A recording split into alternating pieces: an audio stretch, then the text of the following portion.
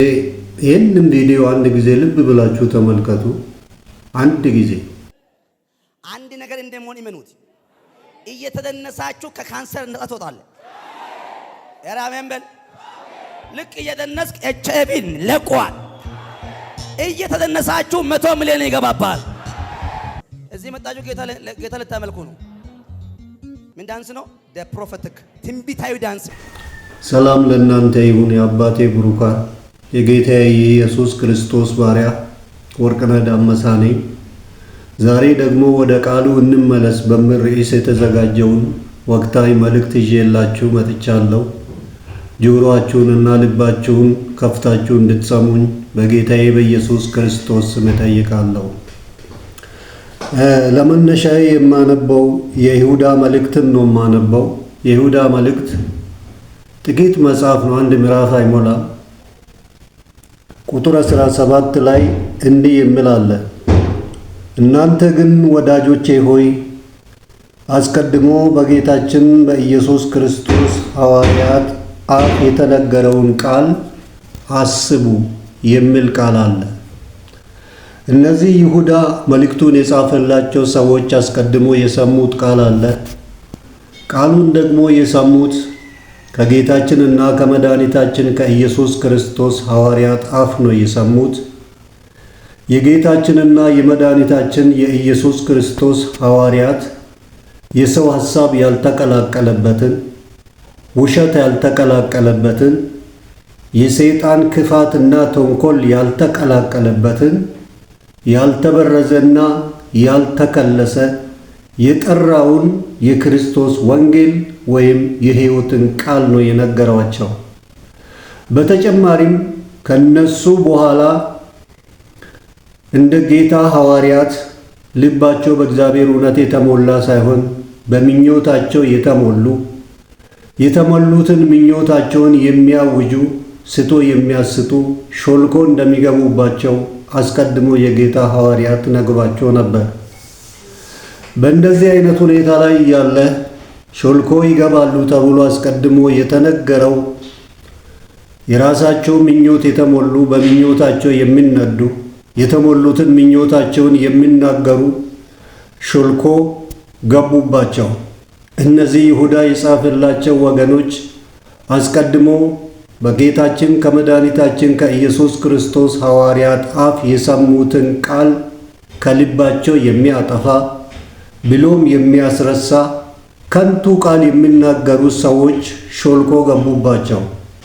በመሆኑም ይሁዳ እነዚህ ሾልኮ የገቡት ሰዎች ማንነታቸውን በተለያየ ምሳሌ ከነገራቸው በኋላ እናንተ ግን ወዳጆቼ ሆይ አስቀድሞ በጌታ ሐዋርያት አፍ የተነገረውን ቃል አስቡ አላቸው።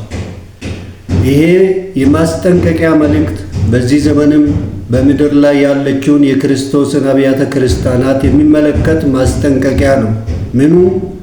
አስቀድሞ በጌታችን በኢየሱስ ክርስቶስ ሐዋርያት የተነገረውን ቃል አስቡ የሚለው ማስጠንቀቂያ በዚህ ዘመንም ኢየሱስ ክርስቶስን አምኖ ከሰማይ የሚመጣውን ጌታ የሚጠባበቀውን ሕዝብ በሙሉ የሚመለከት የማንቂያ ደውል ነው። ምክንያቱም እንደ ጌታ ኢየሱስ ክርስቶስ በእግዚአብሔር እውነት የተሞሉ ሳይሆኑ በምኞታቸው የተሞሉትን ምኞታቸውን ለሕዝቡ የሚናገሩ ነቢይ ሳይሆኑ ነቢይ ነኝ የሚል ስም ከመሬት አንስቶ በራሳቸው ላይ የለጠፉ የራሳቸውን ከንቱ ምኞት ለሕዝቡ የሚያስተላልፉ ስቶ የሚያስቱ አሳቻቾች ስለተነሱ ከጌታችን ከኢየሱስ ክርስቶስ ሐዋርያት አፍ የሰማችሁትን ቃል አስቡ የሚለው ማስጠንቀቂያ በዚህ ዘመን ያለችውንም የክርስቶስን ቤተ ክርስቲያን የሚመለከት ነው። ወገኖቼ እነዚህ በምኞታቸው የተሞሉት ምንድን ነው የተሞሉት? ምኞታቸው የእግዚአብሔርን ሕዝብ ኪስ እያራገፉ በግፍና በአመፃ በሰበሰቡት ገንዘብ በምድር ላይ ባለጠጋ መሆን፣ ሰው የእግዚአብሔርን ቃል ይዞ ወደ ቤተ ክርስቲያን መሄድ ሲገባው የባንክ ደብተራችሁን ሰብስባችሁ አምጡ፣ ቃል አወጣበታለሁ፣ ይሄን ያህል ሚሊዮን ብር ይገባላችኋል የሚሉ ወይ ተነሱና ደንሱ እየደነሳችሁ ይህን ያህል ሚሊዮን ብር በአካውንታችሁ ይገባል ብሎ የእግዚአብሔር ሕዝብ ላይ የሚቀልዱ ብዙ ዘባቾች ስለተነሱ እስቲ ያለ አንድ አፍታ ይህንን ከንቱ ሰው ተመልከቱ። አሜን በል። ልክ እየደነስክ ኤችአይቪን ለቋል። እየተደነሳችሁ 100 ሚሊዮን ይገባባል። እዚህ መጣችሁ ጌታ ልታመልኩ ነው። ምን ዳንስ ነው? ፕሮፌቲክ ትንቢታዊ ዳንስ ማለት። አሜን በል። ሬዲ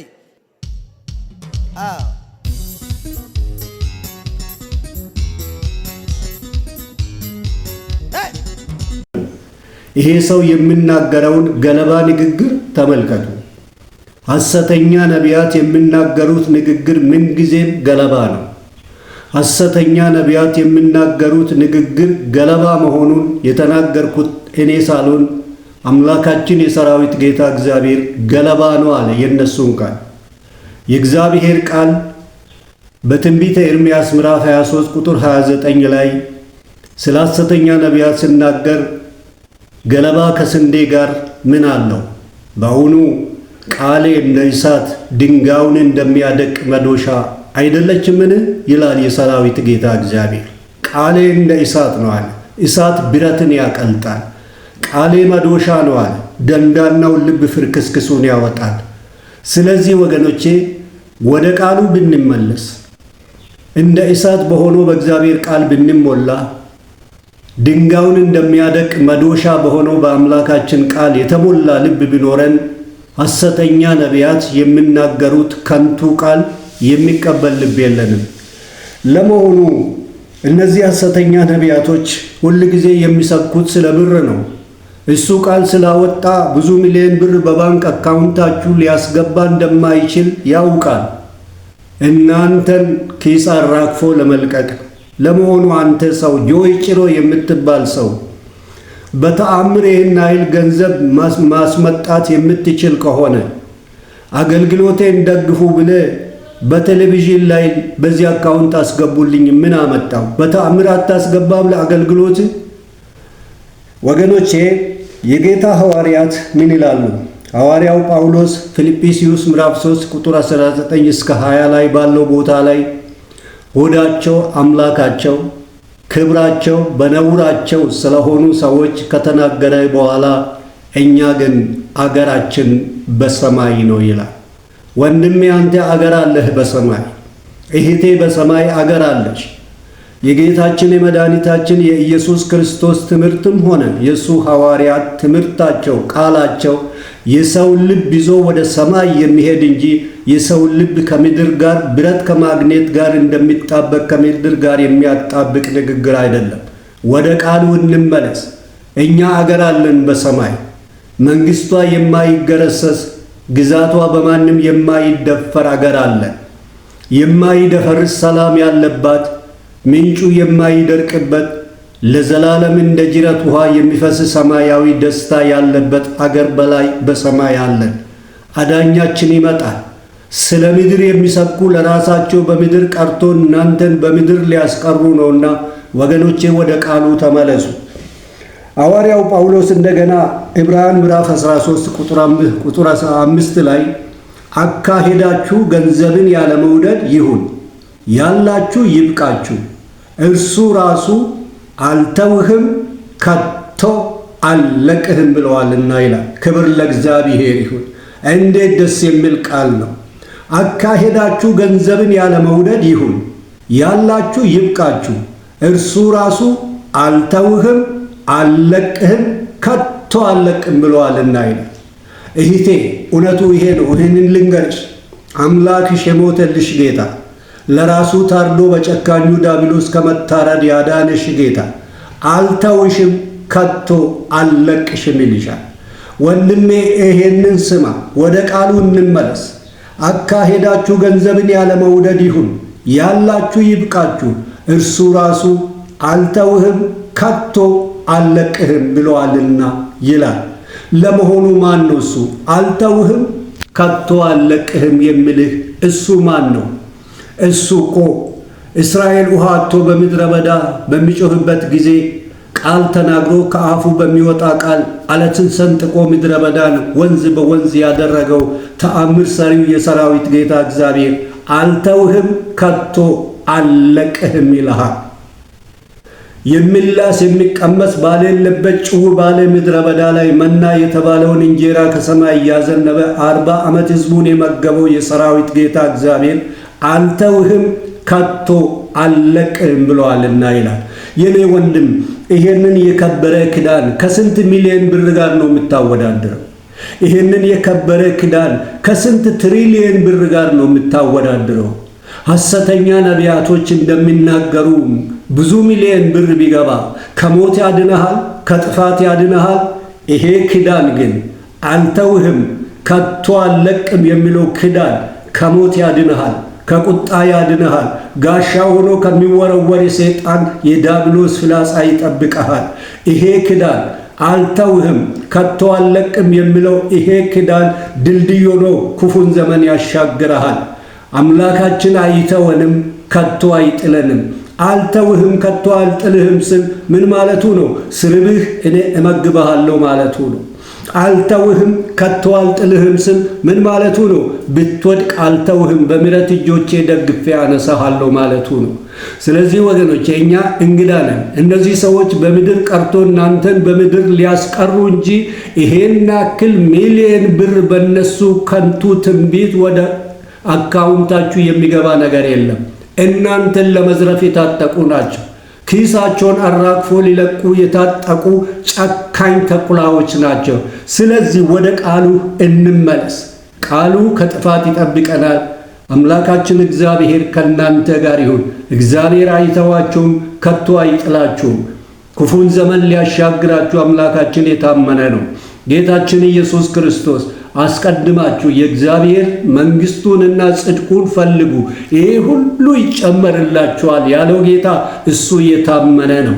ከእርሱ ጋር የዘላለሙን ኑሮ የምንጀምርበትን ቀን የምናፍቅ ልብ ካለን እቺን ምድር ለቀን ከጌታችን ጋር በላይ በሰማይ በተዘጋጀልን አገራችን የዘላለሙን ኑሮ የምንጀምርበትን ቀን የምናፍቅ ልብ ካለ በምድር ላይ የሚያስፈልጋችሁን ነገር ጌታ እንደ ባለጠግነቱ ይሞላባችኋል። ቁጭ ብለንበው አይደለም፣ መና ከሰማይ አይወርድም። ትሰራለህ፣ ትደክማለህ፣ ድካምህን ይባርክሃል፣ የእጅህን ሥራ ይባርክልሃል። ከዚህ በተረፈው እግዚአብሔር አምላኬ የሰላቢ መንፈስ አይደለም። ከሐሰተኛ ነቢያት ተጠበቁ፣ እነሱ በምድር ቀርቶ እናንተን በምድር ሊያስቀራችሁ ነውና ወደ ቃሉ እንመለስ።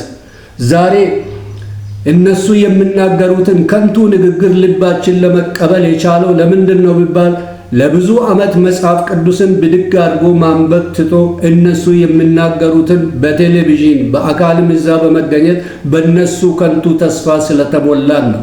ወደ ቃሉ ከተመለስን መዶሻ የሆነው ቃሉ ስትሞላ ገለባውን ውስጥ አይቀበልም። ወደ ቃሉ እንመለስ። የሰማይ አምላክ አብዝቶ ይባርካችሁ። ተባረኩልኝ። ወርቅነህ ዳመሳ ነኝ። ተባረክ። እግዚአብሔር ተሰውራለች፣ ፍርድን ከአምላኬ ፈጽሞ አልፋለች ብዬ እንዳልናገር እንደ ሰነፎች ጌታ ኢየሱስ ስጠኝ የእምነት ዓይኖች። እርቄ እንዳይርዳኝ ከአድማስ ባሻገር ምድር ፀሐይ እንዳልተናበር በምድር ያስቀራል ምድር ላይ ማትኮር የእምነት ክንፎች ስጠኝ በሰማይ ልውረድ። እንደ ንስር ከከበበኝ በላይ እንደ ንስር ካስጨነቀኝ በላይ እንደ ንስር ከፍ ካለው ሰማይ እንደ ንስር እንድበር አድርገኝ። እንደ ንስር ወንዱ ጌታ ኢየሱስ ዓይኔን